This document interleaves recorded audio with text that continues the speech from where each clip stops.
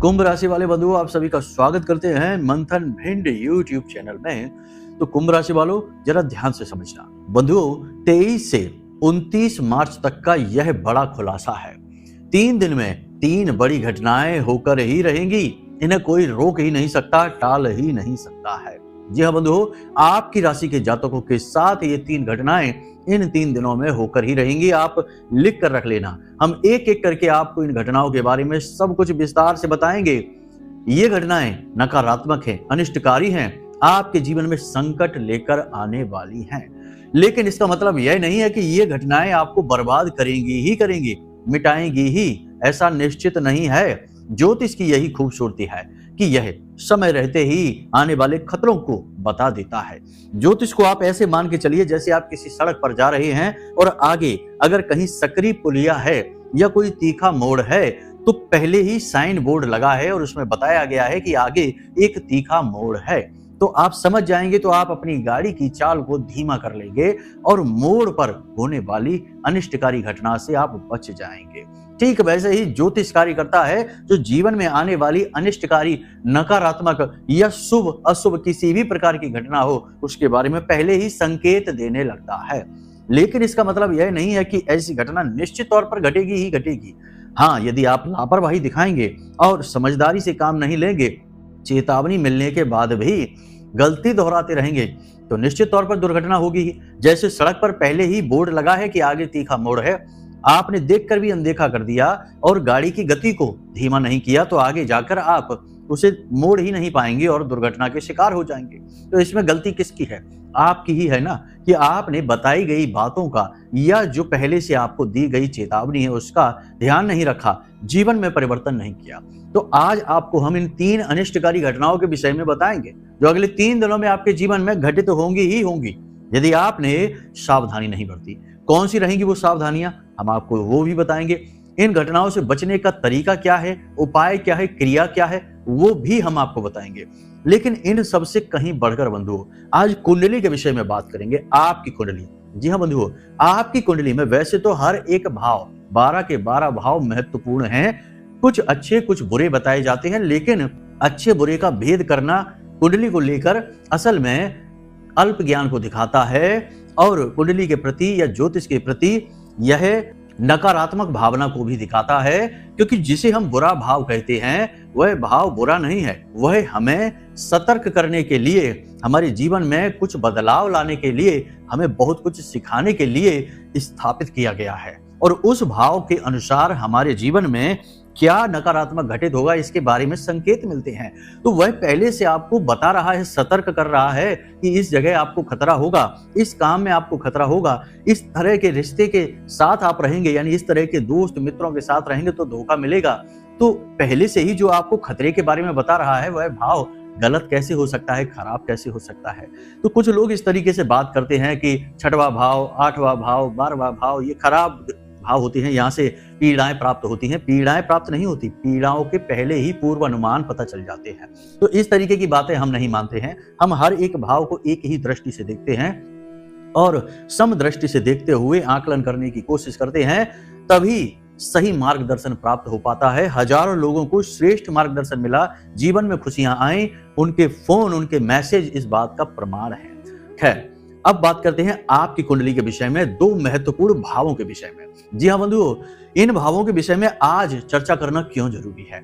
चर्चा करना इसलिए जरूरी है क्योंकि शनिदेव राशि परिवर्तन कर रहे हैं। बहुत महत्वपूर्ण है शनिदेव का यह राशि परिवर्तन। किसी के जीवन में सुख, किसी के जीवन में दुख लेकर आएगा। किसी के दुख मिटाएगा तो किसी के सुखों पर ग्रहण लगा देगा। शनि का यही कार्य है। आपके कर्मों के आधार पर शनिदेव चलते हैं। तो यहाँ पर हम बात कर रहे हैं 10वें भाव की। आपकी कुंडली का जो 10वां भाव है वह आपके व्यापार का, आपके कर्म का, आपकी मेहनत का, आप किस प्रकार से धन कमाते हैं, मान सम्मान कमाते हैं, समाज में इज्जत रुतबा कमाते हैं, इन सब बातों का यह 10वां भाव है।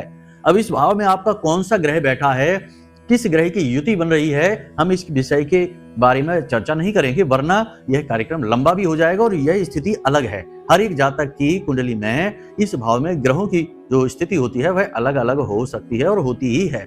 हम बात करेंगे इस भाव को एक्टिवेट करने के बारे में, इस भाव से पॉजिटिव रिजल्ट लेने के बारे में। फिर चाहे ग्रहों की स्थिति कैसी भी हो, आपको इस भाव से बहुत ही पॉजिटिव रिजल्ट मिलेंगे, क्योंकि यह भाव जीवन के लिए बहुत महत्वपूर्ण होता है।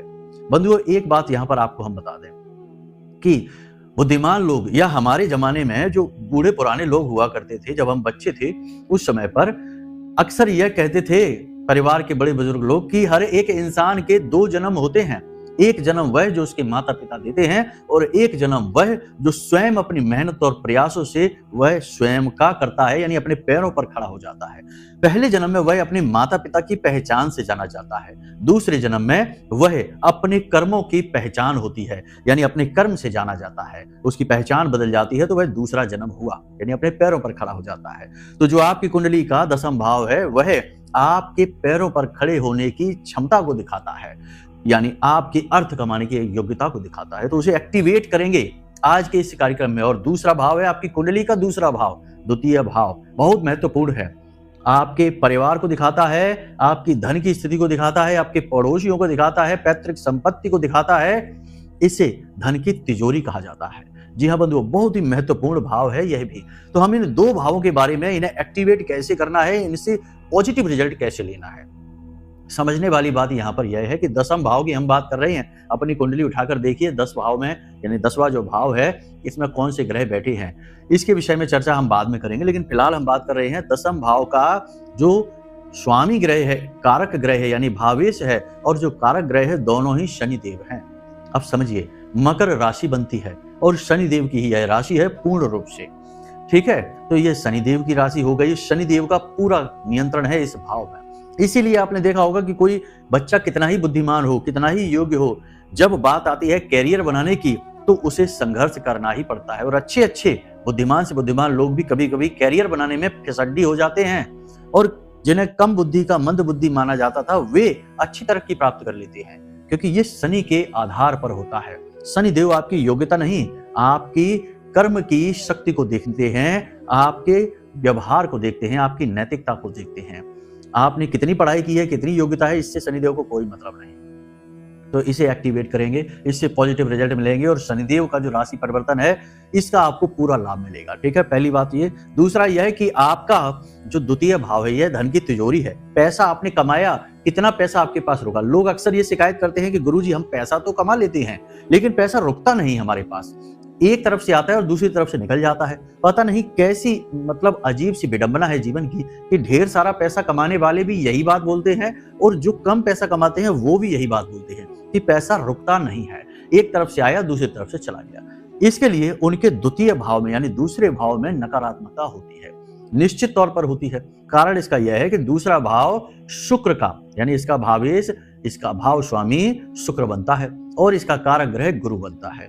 अब शुक्र और गुरु ये दोनों वैसे तो पॉजिटिव ही हैं, नेगेटिव नहीं है, लेकिन आज का जो परिवेश है, माहौल है, लोगों का वातावरण है, उसके हिसाब से शुक्र के साथ में नकारात्मकता आ ही जाती है, गुरु के साथ भी आ ही जाती है। जैसा कि वातावरण है, परिवेश है, लोगों का व्यवहार और आचरण है, इसमें सुधार करेंगे तो ये भाव जो आपका है एक्टिवेट हो जाएगा। फिर आपके द्वारा कमाया गया धन पैसा आपकी जेब में रुकने लगेगा। यहां तक सारी बातें आपको समझ में आ गई हैं, तो आपको आज का यह कार्यक्रम पूरा अवश्य देखना है, क्योंकि आज हम न केवल 3 घटनाओं के बारे में, उनसे बचने के उपाय, तरकीबों के बारे में और कुंडली के 2 सबसे महत्वपूर्ण भावों को एक्टिवेट करने के बारे में बताएंगे, जिससे आपको पूरा लाभ मिलेगा जीवन का। पैसा कमाएंगे अच्छी तरीके से और उस पैसे को रोक भी पाएंगे, होल्ड भी कर पाएंगे, अपनी तिजोरियों में, अपने बैंक बैलेंस में भी रख पाएंगे, बचा पाएंगे अच्छी तरह से।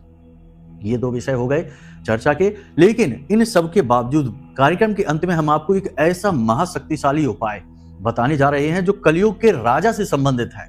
आप समझ रहे होंगे, हमारे कार्यक्रम देखते हैं तो आपको पता होगा कि हम किसकी बात कर रहे हैं। जी हाँ, हम शनिदेव की ही बात कर रहे हैं। कलयुग के राजा को इतना खुश कर देगा, इतना प्रसन्न कर देगा कि आपकी हर गलती को वो माफ भी कर देंगे। मतलब बात यहाँ पर यह है, शब्दों को न पकड़ लेना, कहने का मतलब यह है कि छोटी मोटी जो अनजाने में की जाने वाली गलतियां हैं उन्हें क्षमा भी कर सकते हैं। ये उपाय इतना शक्तिशाली है, हम इस उपाय को बताएंगे। इसे आपको अपने घर में करना है और किस प्रकार करना है, कैसे करना है, इसके बारे में कार्यक्रम के अंत में चर्चा करेंगे। तो चलिए अपने मूल विषय को शुरू करते हैं, लेकिन इससे पहले महामाई को याद करेंगे। कमेंट बॉक्स में पूरे भक्ति भाव के साथ लिख डालिए, जय मां भद्रकाली कृपा करो। महामाई इतनी दयालु है कि निश्चित तौर पर आपके ऊपर कृपा करेंगी, हमें पूर्ण विश्वास है। तो चलिए बंधुओं, अपने अब मूल विषय को शुरू करते हैं। अब सारी बातें ध्यान से समझिए। प्यारे मित्रों, हमारे अत्यंत प्रिय और परम पूज्य अमिताचार्य जी के पास माँ बगलामुखी और माँ भद्रकाली की साधनाओं का वर्षों का अनुभव है और माता रानी की इनके ऊपर पूर्ण कृपा और सिद्धि है। आचार्य जी ने अपने सटीक कुंडली विश्लेषण और श्रेष्ठतम उपायों के माध्यम से हजारों लोगों के जीवन को खुशियों से भरा है। आचार्य जी का कुंडली विश्लेषण और उपाय करवाने का तरीका इतना अद्भुत है कि जीवन के हर एक दुख और कष्ट का कारण जड़ से ही समाप्त हो जाता है। फिर समस्या चाहे जैसी भी हो, कर्जा बहुत बढ़ गया हो, व्यापार चल नहीं रहा हो, बीमारियों में आप बर्बाद हो चुके हो, रिश्तों में प्रेम समाप्त हो चुका हो, या फिर नौकरी ही ना मिल रही हो, विवाह में देरी होती हो, कैसी भी समस्या हो, इन समस्याओं का कारण क्या है, कौन सी महादशा परेशान कर रही है, कौन सा दोष लगा हुआ है, सब कुछ आचार्य जी इतना सटीक बताते हैं कि वर्षों वर्ष के दुख कुछ ही दिनों में समाप्त हो जाते हैं। अगर आपके जीवन में भी कोई ऐसी संकट की घड़ी है तो यही सही समय है जब आप पूज्य आचार्य जी के हाथों से अपनी कुंडली का विश्लेषण करवाएं और वर्षों से चल रहे दुखों और संकटों के इस चक्र से बाहर निकल जाएं। प्यारे मित्रों, अभी वीडियो में दिए गए नंबरों पर फोन करिए और अपनी कुंडली का श्रेष्ठतम आकलन करवा डालिए। जिंदगी बदलने का ये सबसे बड़ा मौका हाथ से मत जाने दीजिएगा।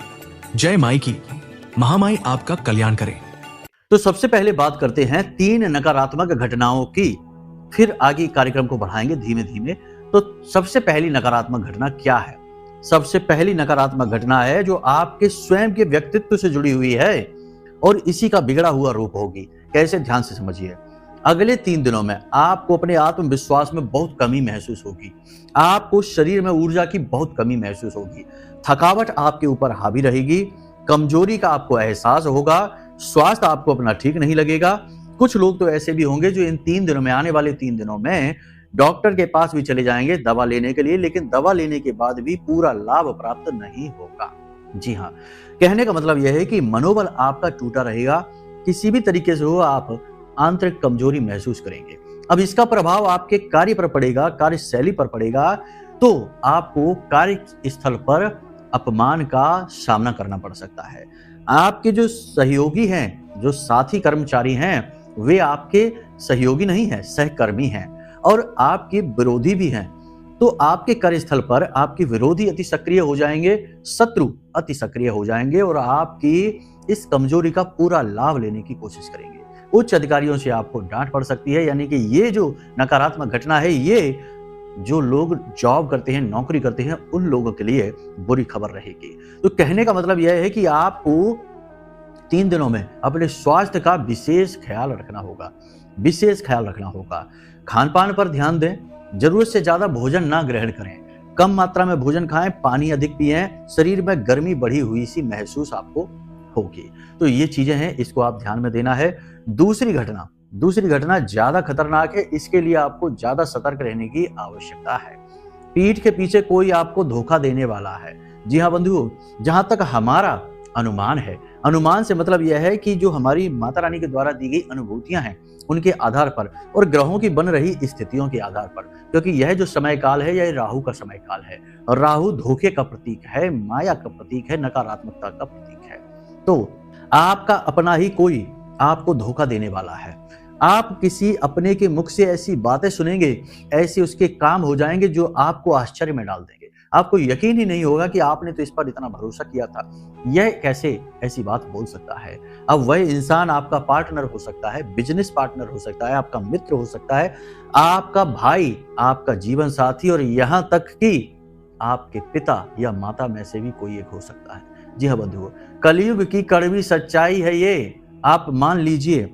सैकड़ों ऐसे हमारे पास फोन आते हैं, मैसेज आते हैं, जिनमें लोग दुनियादारी से नहीं, अपने पिता से प्रताड़ित चल रहे हैं, अपनी माँ से प्रताड़ित चल रहे हैं। जी हाँ बंधुओं, ये बात सुनने में अच्छी नहीं लग रही होगी, हमें भी बड़ी हिम्मत करके ये बात कहनी पड़ रही है, लेकिन ये सच है और जो सच है तो है, उसका क्या कर सकते हैं। तो बहुत सारे लोग ऐसे होंगे जो अपने रिश्ते से, अपने खास किसी व्यक्ति से धोखा खाने वाले हैं। सतर्क रहना है। आप क्या कर सकते हैं? सावधानी, यहां पर सावधानी ये कर सकते हैं कि किसी पर भी जो महत्वपूर्ण कार्य है उसकी जिम्मेदारी ना दें। महत्वपूर्ण कार्य जो आपके जीवन के हैं उन्हें आप स्वयं करें। पैसे रुपए की लेन देन आप स्वयं करें। कोई भी कागज डॉक्यूमेंट आप साइन करने जा रहे हैं, हस्ताक्षर करने जा रहे हैं, तो उस कागज को अच्छी तरह से पढ़ लें। कोई भी महत्वपूर्ण डील आप किसी के साथ करने जा रहे हैं, कोई सौदा करने जा रहे हैं, तो उस सौदे की पूरी जिम्मेदारी खुद लें। किसी को आगे ना बढ़ाएं, आप आगे बढ़ें। यानी कि अपने काम की पूरी जिम्मेदारी, पूरी बागडोर खुद संभाल कर रखेंगे तो बचे रहेंगे धोखे से। देखिए, हमने पहले ही कहा कि ये संकेत हैं। संकेत का मतलब है कि सावधानी बरतनी है, आगे खतरा है, ये याद रखना है। तो दो बातें तो ये हो गई, इनके बारे में सावधान आपको रहना है। अब बात करते हैं तीसरी। अगले 3 से 5 दिनों में, जी हाँ बंधुओं, 3 से 5 दिनों में किसी प्रकार का निवेश आपने यदि कर दिया, आपको बहुत घाटा हो जाएगा। किसी बिजनेस की डील आपने कर ली, वह कैंसिल हो जाएगी, आपको नुकसान हो जाएगा। कोई नए बिजनेस की शुरुआत कर दी तो वह बिजनेस चलेगा नहीं, डूब जाएगा। इसी प्रकार आपने यदि कोई प्रॉपर्टी खरीद ली तो वह प्रॉपर्टी आपको फलित नहीं होगी। वाहन खरीद लिया तो वह वाहन आपको फलित नहीं होगा।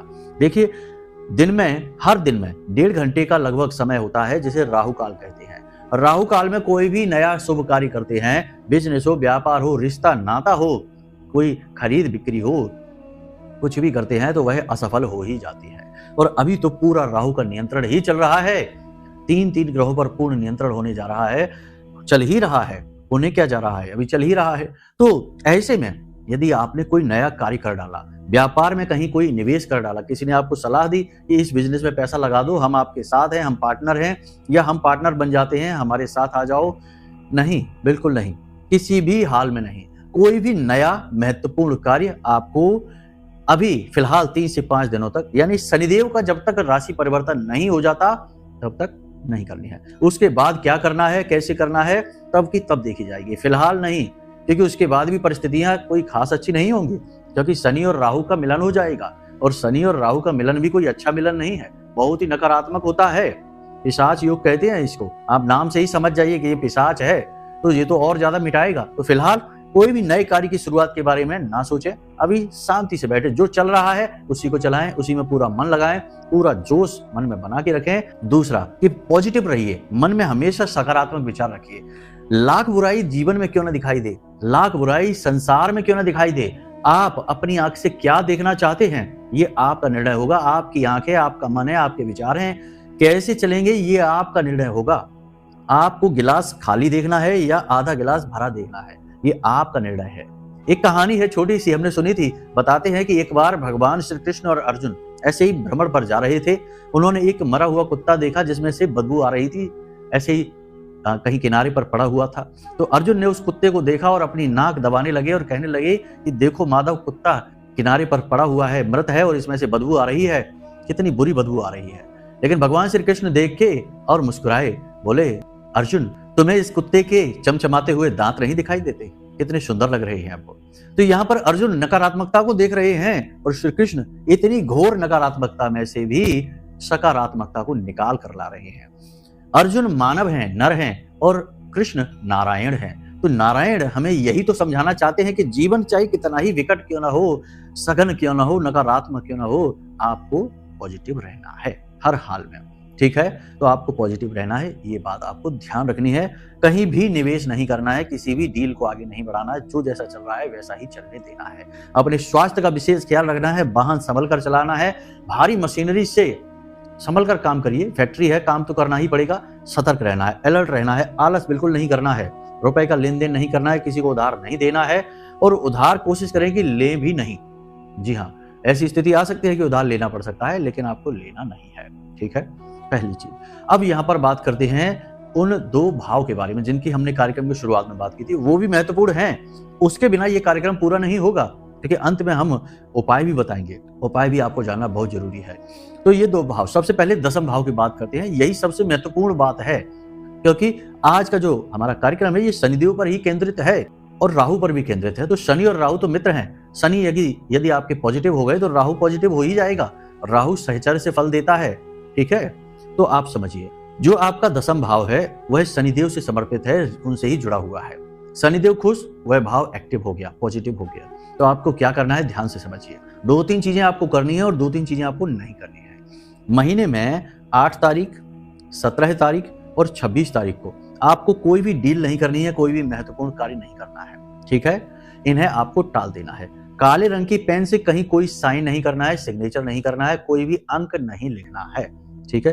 तीसरा, काले रंग की कोई भी वस्तु या नीले रंग की कोई भी वस्तु मुफ्त में नहीं लेनी है, खुद भी पहनना नहीं है, धारण नहीं करनी है। जैसे कि लोग पहन लेते हैं, यूनिफॉर्म वगैरह है तो वह बात एक अलग है, वैसे सामान्य तौर पर ना पहनना है। इसी के साथ साथ जंग लगा हुआ लोहा वगैरह यदि आपके घर में पड़ा हुआ है तो उसे हटा देना है। साथ ही सड़ी हुई लकड़ी वगैरह आपके घर में खोटे सिक्के वगैरह हैं तो इन्हें भी आपको हटा देना है। लेकिन इन सब से कहीं महत्वपूर्ण, इस भाव को एक्टिवेट करने के लिए आपको क्या करना है, कम से कम सप्ताह में एक बार किसी अपाहिज भिखारी को अन्न और धन का दान अवश्य करना है। यह बंधु, ये बहुत ही बड़ा उपाय है शनिदेव को प्रसन्न करने का। याद रखना कि जो कमजोर वर्ग के लोग होते हैं, व्यापारी होते हैं कमजोर, जो लेबर वर्कर हैं, कारीगर हैं, और जो भिखारी हैं, खास तौर से जो अपाहिज हैं, अपंग हैं, उनके अधिपति शनिदेव होते हैं। अब यदि आपने उन्हें प्रसन्न कर दिया, उन्हें आपने खुश कर दिया, तो शनिदेव मुस्कुराएंगे, प्रसन्न हो जाएंगे। तो आपको कम से कम सप्ताह में एक बार ऐसा करना ही है कि मंदिर जाइए, 100% आपको कोई ना कोई अपाहिज भिखारी मिलेगा ही मिलेगा। ये शनिदेव की माया है। हर मंदिर में, जो मंदिर ढंग का हो, थोड़ा बड़ा हो, जहां भीड़ रहती हो, ऐसी जगह की बात हम कर रहे हैं, तो ऐसे मंदिर में एक ना एक अपाहिज भिखारी अवश्य बैठा होगा। एक ना एक ऐसा भिखारी अवश्य बैठा होगा जिसकी एक आंख खराब होगी। जी हाँ बंधु, जिसकी आंख खराब है वह भिखारी राहु है। और जो अपाहिज है, यानी जिसके हाथ पैर खराब हैं या कुछ प्रकृति की देन है, प्रभु की माया है, तो वह शनिदेव का प्रतीक है। तो आप जरूर इस बात को नोटिस करना, मंदिर जाना, इस दो तरीके के भिखारी आपको अवश्य एक ना एक अवश्य वहां मिलेगा। आपको इस अपाहिज भिखारी को दान करना है, अन्न का दान और धन का दान। ये दोनों सबसे बड़े दान है कलयुग के, इन्हें आपको करना है। याद रखना, कलयुग का एक ही पैर है और वो है दान। ठीक है, इसी से धर्म चलता है। पहली चीज ये हो गई। दूसरी चीज, दूसरा भाव आपका आ गया द्वितीय भाव। द्वितीय भाव में शुक्र और गुरु, शुक्र हैं इसके भाव स्वामी और गुरु हैं कारक। तो अब यहां पर ध्यान से समझिए, शुक्र एक स्त्री ग्रह है, स्त्री सुख को दिखाता है। ठीक है, धन वैभव ऐश्वर्य और इनकम को दिखाता है। तो अब यहां पर स्त्रियों से आपको सम्मान के साथ बात करनी है। हमने कहा था कि आज का जो परिवेश है उसके लिहाज से शुक्र तो लगभग सभी का खराब ही चलता है, बहुत ही कम ऐसे होंगे जिनका अच्छा होगा।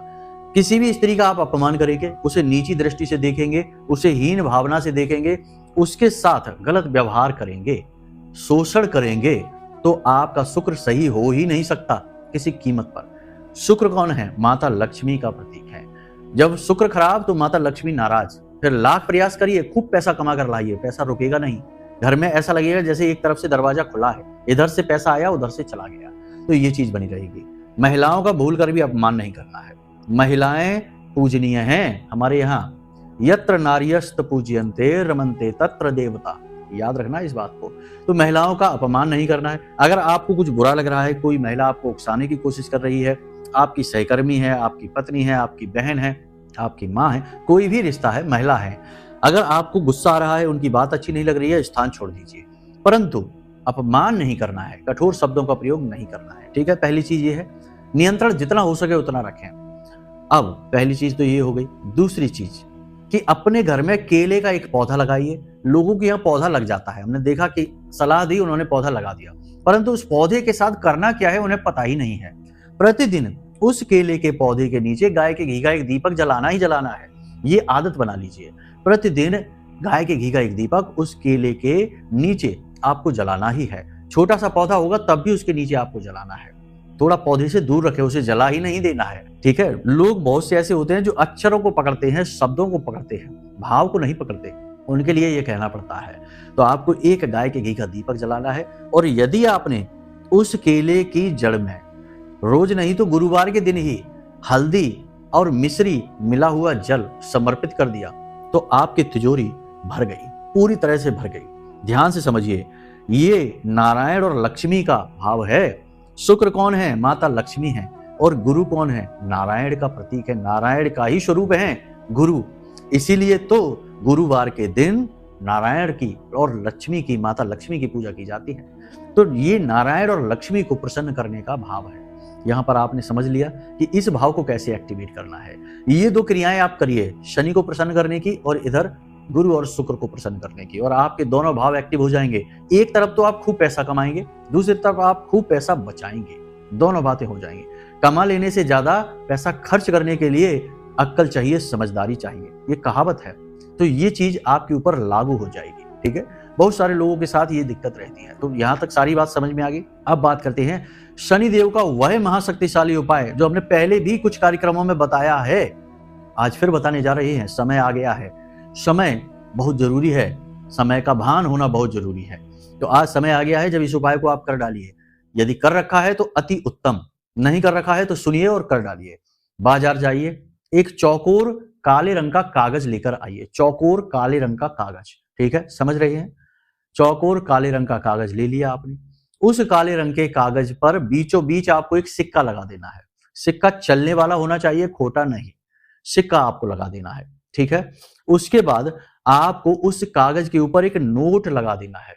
नोट आप 100 का लगा सकते हैं, 50 का लगा सकते हैं, 500 का लगा सकते हैं, आपकी मर्जी है। लेकिन नोट कटा फटा नहीं होना चाहिए, नया होना चाहिए और चलने वाला होना चाहिए। ऐसा नहीं कि खोटा उठा लिया, जो चल नहीं रहा है वो लगा दिया, नहीं, इससे तो बात और बिगड़ जाएगी। नोट आपने लगा दिया, ठीक है, समझ रहे हैं आप। कागज आपने लिया, उसके बीच में एक सिक्का लगा दिया, उसको आप बाजार से थोड़ी सी गोंद ले आना और उससे लगा देना। उसके बाद आपने नोट चिपका दिया उसके ऊपर। अब इस कागज को ले जाकर बाजार में जो फोटो फ्रेम की जाती हैं उन दुकानों पर ले जाइए और उन दुकानों पर ले जाकर इस कागज को फोटो फ्रेम करवाइए लकड़ी से। जी हाँ, लकड़ी का फ्रेम लगाना है, धातु का नहीं। बस इतना सा करना है आपको। ये आपकी माता लक्ष्मी की पूर्ण व्यवस्था हो चुकी है। आज के समय में जो भी लोग परेशान हैं उनमें अधिकतर ज्यादातर लोगों को हम देखते हैं कि वो पैसे की वजह से ही जीवन में जो समस्याएं हैं उनका मूल सार केंद्र पैसा ही होता है। तो ये समस्या आपकी समाप्त हो जाएगी, माता लक्ष्मी की कृपा आपको प्राप्त हो जाएगी। और याद रखना कि माता लक्ष्मी जो है वो रुपए पैसे नहीं है, वो एक ऊर्जा है। जहां माता लक्ष्मी आती है वहां सारे सुख आ जाते हैं, सातों सुख आ जाते हैं, संतान सुख आ जाता है, जीवन का सारा आनंद आ जाता है, धन वैभव तो आता ही आता है। तो इस उपाय को करेगा। अब इसे आपको लाना है और अपने घर की पश्चिमी दीवार पर लगाना है। घर की पश्चिमी दीवार, जी हाँ। अब घर की पश्चिमी दीवार में कोई कहेगा कि हमारे तो दरवाजा है, तो दरवाजे के ऊपर लगा दीजिए। कोई कहेगा कि हमारे यहाँ तो वहां अलमारी बनी है, तो अलमारी के ऊपर लगा दीजिए। वैसे भी ये तस्वीर आपको ऊपर ही लगानी है, लेकिन ठीक पश्चिमी दीवार पर लगाना है, क्योंकि पश्चिम दिशा शनि की दिशा है और उस दिशा में जो कुछ भी रखा होता है वह बढ़ता चला जाता है, बढ़ता चला जाता है। और इस उपाय की एक बहुत बड़ी खूबी यह है कि इससे आपका दशम भाव कुंडली का पॉजिटिव हो जाता है और एक्टिवेट हो जाता है। जी हाँ बंधुओं, बहुत ही शक्तिशाली उपाय है, इसे आप कर डालिए। अब सावधानी ये है कि जो पश्चिमी दीवार है उसे उसके नीचे जूते चप्पल नहीं होने चाहिए, गंदगी नहीं होनी चाहिए और उस दीवार पर यानी जहां जिस कमरे में भी वो दीवार है उस कमरे में साफ सफाई होनी चाहिए, मकड़ी के जाले नहीं होने चाहिए और प्रकाश की पूरी व्यवस्था होनी चाहिए, ठीक है, अंधेरा नहीं होना चाहिए। तो आप देख लेना कि आपको कैसे करना है इस उपाय को। इस उपाय को आप कर जरूर लेना। ये जो समय चल रहा है इस समय की मांग है ये उपाय। बाकी हमने आपको क्रियाएं सारी बता दी हैं, सावधानियां बता दी हैं। इन सावधानियों और क्रियाओं को भी अपने दिमाग में जरूर रखना, क्योंकि आप इन सब चीजों को ध्यान में जब रखेंगे तो आप बहुत सारी मुसीबतों से बच जाएंगे। अब आप हमें बाद में जब आपके जीवन में ये 3 से 5 दिन का समय गुजर जाए उसके बाद कौन कौन सी घटनाएं घटी हैं कमेंट करके अवश्य बताना। ज्यादातर लोगों के जीवन में ये घटनाएं घटेंगी ही घटेंगी। एक आध घटना हो सकता है ना घटे, लेकिन अधिकतर घटनाएं जो हमने आपको बताई हैं वो घटित होंगी ही होंगी। बस बारीकी से नजर जरूर रखना। ऐसे बिल्कुल ही अनदेखी करते चले जाओगे तो एक दिन गड्ढे में गिर जाओगे। सावधानी बहुत जरूरी है। तो उम्मीद करते हैं बंधुओं की सारी बात आपको समझ में आ गई है। इन बातों का प्रयोग करके आप अपने जीवन को सुंदर बना पाएंगे। अब यदि कोई मन में प्रश्न उठता है या कुंडली का विश्लेषण करवाना है या महामाई के विशेष अनुष्ठान में भाग लेना है 9 दिनों तक, तो कोई भी जानकारी आप वीडियो में दिए गए नंबर पर फोन करके प्राप्त कर सकते हैं। और मन में जो भी सवाल हैं, जो भी आपके उत्सुकताएं हैं, सब कुछ आप फोन पर जानकारी लेकर प्राप्त कर सकते हैं, अपनी मन की उत्सुकताओं को शांत कर सकते हैं। तो चलिए बंधु, आज के इस कार्यक्रम को यहीं समाप्त करते हैं। हमेशा हंसते रहिए, मुस्कुराते रहिए, सकारात्मक रहिए, क्योंकि सब उसी का दिया है, उसी के लिए है। हमारा जीवन भी तो उसी ने दिया है, जब चाहे तब ले सकता है। तो दुख काय का, परेशानी काय की, बस आनंद लीजिए और मुस्कुराते रहिए। प्रेम से बोलिए जय माई की। महामाई आपका कल्याण करेंगे। धन्यवाद। हमारे प्रिय और परम पूज्य आचार्य जी ने अपनी साधनाओं के अनुभवों पर आधारित शक्तिशाली उपाय और क्रियाओं के माध्यम से हजारों लोगों के जीवन को पूरी तरह से बदला है। आचार्य जी के द्वारा बताया गया हर एक उपाय इतना सटीक और कारगर होता है कि जो भी इसे पूरे भाव के साथ कर लेता है उसे साक्षात महामाई की कृपा और आशीर्वाद प्राप्त हो जाती है। इसलिए निसंकोच इन उपायों को पूरे भाव के साथ करिए, आपका कल्याण होगा। जय माई की।